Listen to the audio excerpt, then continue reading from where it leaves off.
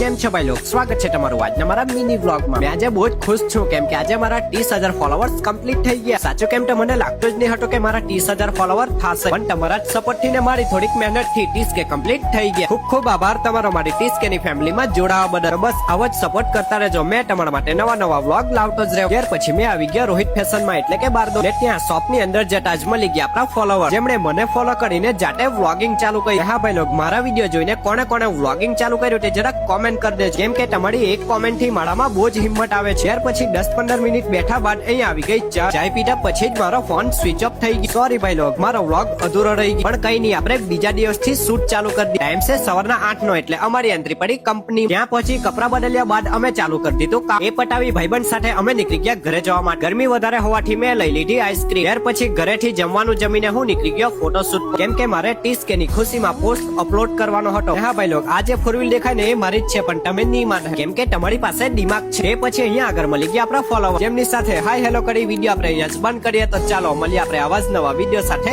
બીજા બ્લોગમાં।